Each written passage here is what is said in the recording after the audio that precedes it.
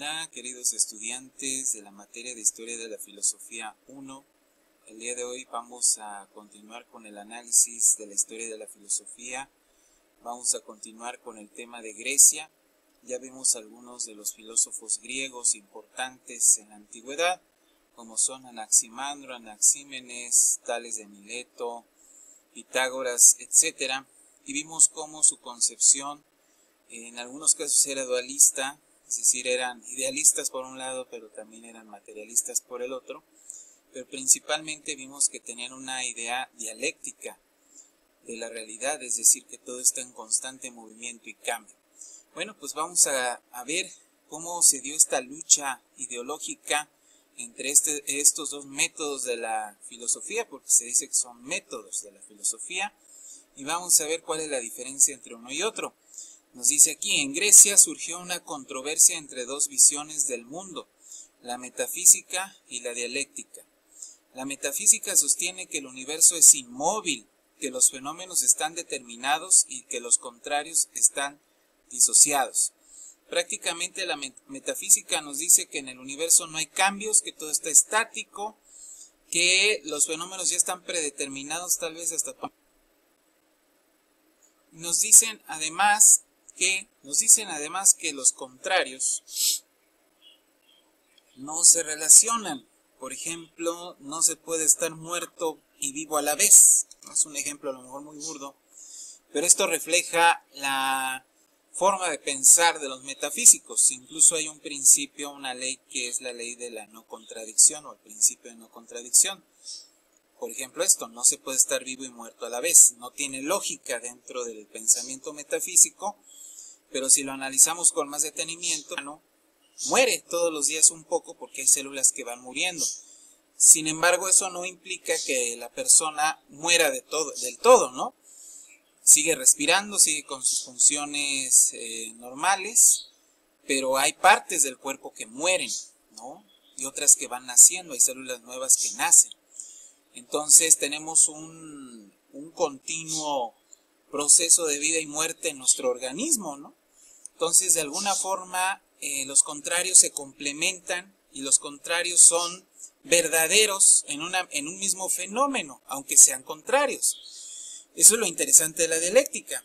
La dialéctica afirma que el mundo está en movimiento y cambio constante. También asegura que hay una relación entre los opuestos, lo que yo les acabo de decir. Pero esta parte también de que el universo está cambiando, se está transformando, pues es una de las características de la dialéctica. Entonces, si se dan cuenta, pues ya empiezan a formarse ahí los cuadros. Perdón, es que aquí tengo una basurita, perdón. Se están formando ahí ya los campos de batalla entre la dialéctica y la metafísica, ¿no? Vamos a ver, ahorita que avance la diapositiva, permítanme tantito, vamos a hablar en esta ocasión, un filósofo muy importante en la Grecia antigua, que fue Heráclito de Éfeso. Nació en esa zona o en esa región llamada Éfeso, bueno, otros como Efeso. El caso es que nació en esa zona, en esa región que pertenecía a Grecia. Y este filósofo fue un sabio, incluso dicen que fue un aristócrata, pero que renunció a sus privilegios, aristócrata, o a ser una suerte de monarca o de aristócrata que tuviera ciertos privilegios, ¿no? Entonces, él renunció a esos privilegios de aristócrata y se dedicó a la reflexión filosófica.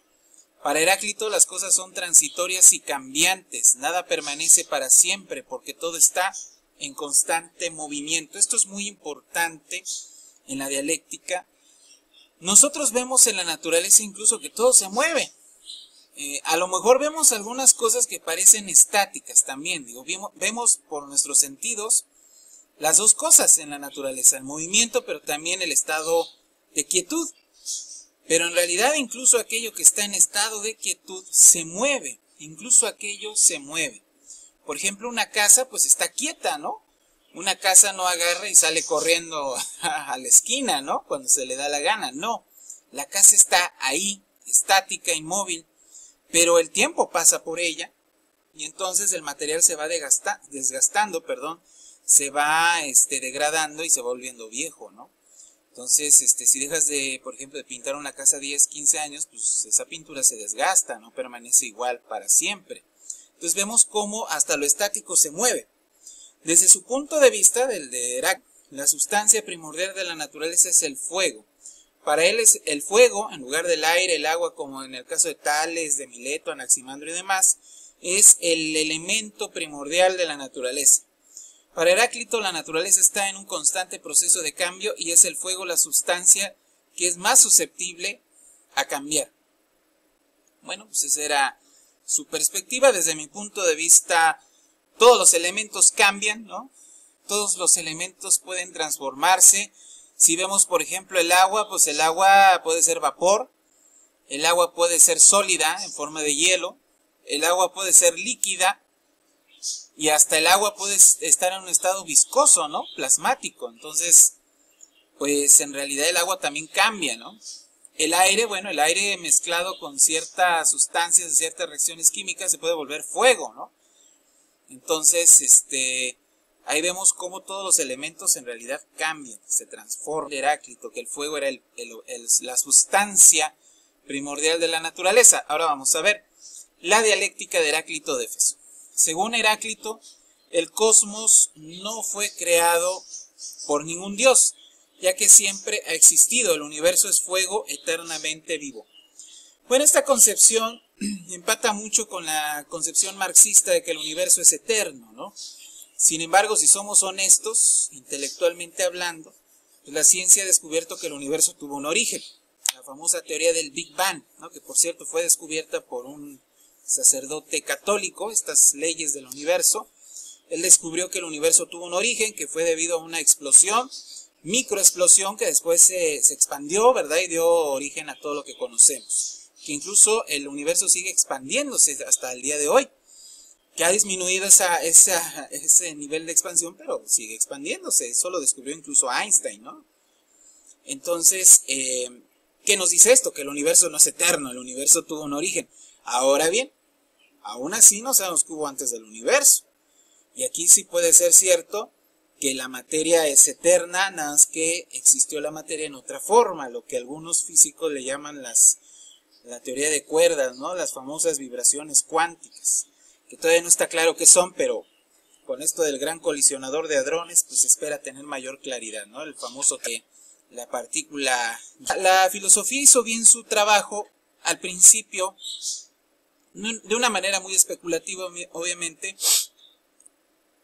pero digamos que se acercó un poco a la verdad, ¿no? Y es respetable esto de pensar que a lo mejor no el universo, porque eso ya está descartado, pero sí la materia. La materia a lo mejor en un estado primordial, primitivo, anterior a como existió en el universo, pues pudo haber existido en otra forma, no sé. Digo, se sigue investigando, pero existe esta idea, ¿no? Y esta idea obviamente sirve para negar la existencia de un ser supremo que dio origen al universo, o más allá de un ser supremo, una causa primera, como le llamaba Aristóteles o Santo Tomás, ¿no? Bueno, pues eso ya, esa discusión, pero digamos que ya el pensamiento de Heráclito va más lejos, ¿no? Y se adelanta muchos siglos a lo que es la física moderna. De acuerdo con Vladimir Lenin, era de los máximos exponentes de la dialéctica y del materialismo ateo. Efectivamente, porque aquí para empezar Heráclito niega que exista un ser supremo, niega que haya existido un origen del universo porque cree que es eterno, y además pues su pensamiento es dialéctico, ¿no? Él piensa que todo está en movimiento, y eso ya lo dije, es evidente que sí es, incluso aquellas cosas que están estáticas se mueven. Entonces, la dialéctica de Heráclito entre contrarios, es decir, esa transformación en las diversas cosas o fenómenos, porque se da, bueno, porque hay una lucha de opuestos. Heráclito y su visión del fuego como fuerza creadora. Desde la perspectiva de Heráclito, no solo las cosas materiales provienen del fuego, también el alma. Bueno, curiosamente no creen en Dios, pero creen en el alma. Muchas veces se confunde con el espíritu, y no es lo mismo. El alma, digamos que es el soplo de vida, o aquella energía vital que nos permite movernos, que nos permite tener conciencia, que una vez que estemos muertos, pues esa alma, ese soplo de vida deja de existir. Por eso también lo que le da vida a las cosas, ¿no? Heráclito es dualista en su pensamiento, ¿no? De alguna forma con esto del alma, pero habría que ver cómo lo interpretaba, si era como dar a entender que era espíritu o era este soplo de vida, o esta vida. Dice, perdón, es que se detuvo tantito. Según Heráclito, la naturaleza es un caudal continuo de movimiento y cambio dentro de un ciclo de nacimiento y muerte de las cosas. Es decir, él creía esto de que en la naturaleza hay un inicio de las cosas, ¿no? Hay un inicio al año, ¿no? Con la primavera, pero todo muere en el invierno, que esa era la creencia pagana de hace siglos de muchas culturas. En la primavera y muere en el invierno. Entonces esta idea la traslada a su filosofía y dice, todo está en constante movimiento y en un ciclo constante de las cosas. En el mundo cada cosa y propiedad de las cosas cambian, incluso pasando a ser su contrario. Por ejemplo, lo húmedo se vuelve seco, lo frío se vuelve o se convierte en algo caliente, ¿no? Dice, la naturaleza común de los contrarios en la visión de Heráclito. Según Heráclito, Dios es vida y muerte a la vez, la paz y la guerra, la saciedad y el hambre. Tiene naturaleza dual y contradictoria. Fíjense cómo aquí tiene esta concepción de Dios. Bueno, entonces, digamos que por un lado dice que Dios no existe, pero aquí habla de Dios. Entonces, era un poco contradictorio en su forma de ver las cosas. Pero digamos que, a no ser que tuviera otra concepción de Dios, más panteísta probablemente, pues Dios es vida y muerte a la vez, la paz y la guerra, la saciedad y el hambre. Entonces digamos que toda la naturaleza es dual y alberga su propio opuesto. Para Heráclito lo diverso concuerda consigo mismo, un fenómeno alberga sus dos naturalezas contrarias, las cuales se complementan y oponen a la vez. Desde su perspectiva, las propiedades de las cosas no deben verse de manera aislada, ya que todo en el universo está concatenado. Heráclito asegura que las cosas son relativas porque pueden significar dos cosas distintas y contrarias para sujetos distintos. Por ejemplo, para los peces el agua del mar es vida, pero para el hombre es muerte si la toma. Un hombre es comparado con Dios como un simple simio por sus limitantes en poder, belleza y perfección, pero para un perro un hombre es su amo, al cual ama y respeta, ¿no? Entonces aquí vemos cómo Heráclito dice que las cosas son relativas, que depende de con qué cristal se miren, ¿no? Una persona, por ejemplo, ve el agua de mar como algo peligroso, pero para el pez es la vida, ¿no? Entonces vemos esa naturaleza dual una vez más en las cosas, contradictoria, ¿no?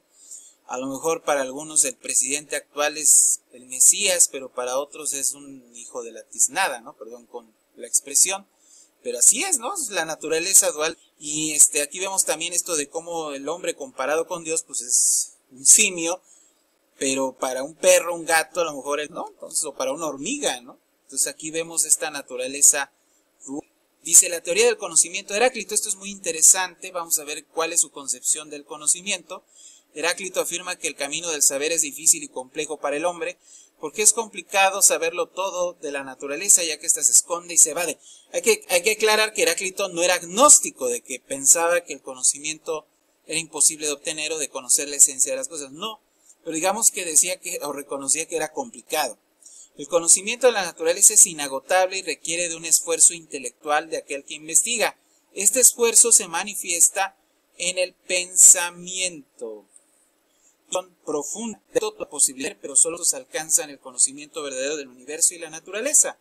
Pocos hombres logran trascender sus propios razonamientos, llegar a un verdadero entendimiento de las cosas y ocultos. Entonces, su teoría o de la obtención del conocimiento, o incluso podríamos decir teoría epistemológico científico, pues todo debe ser. Eso es lo primero que reconoce Heráclito. Sin embargo, dice inmediatamente, es fácil conocer, el hombre necesita investigar el conocimiento verdadero. Cero. No cualquiera llega a ese conocimiento científico porque no todos reflexionan de manera que quedan superficial.